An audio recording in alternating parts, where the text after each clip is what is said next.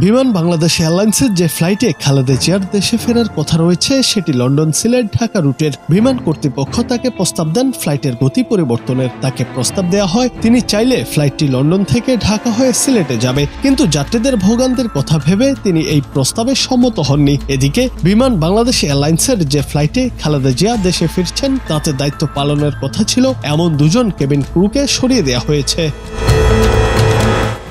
সরিয়ে দেওয়া সে দুজন কেবিন ক্রু হলেন আল কুবরুন নাহার কসমিক ও মোহাম্মদ কামরুল ইসলাম বিপন।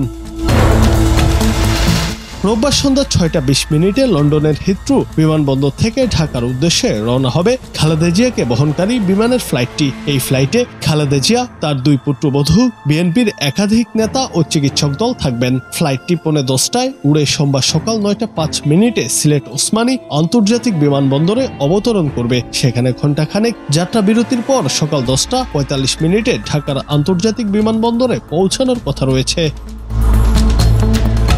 ক্রুদের সরানোর বিষয়ে বিমানের এক কর্মকর্তা বলেছেন, মূলত নিরাপত্তাজনিত সংখ্যা ও রাজনৈতিক সংশ্লিষ্টতার অভিযোগেই এমন সিদ্ধান্ত নেওয়া হয়েছে। গোয়েন্দা তথ্যে উঠে এসেছে আল কুবরুন নাহার কসমিক নিয়মিত সাবেক প্রধানমন্ত্রী শেখ হাসিনার বোন শেখ রেহানার ফ্লাইট পরিচালনায় যুক্ত ছিলেন। এছাড়া আওয়ামী লীগ সরকারের সময় দলটির নেতাদের সঙ্গে ঘনিষ্ঠতা বজায় রেখে সরকারি সুযোগ সুবিধা ভোগের অভিযোগও রয়েছে তার বিরুদ্ধে। চাকরি জীবনে তিনি অনেকবার কারণ দর্শানোর নোটিশ পেয়েছেন এবং শাস্তি হিসেবে একাধিকবার গ্রাউন্ডেড হয়েছেন।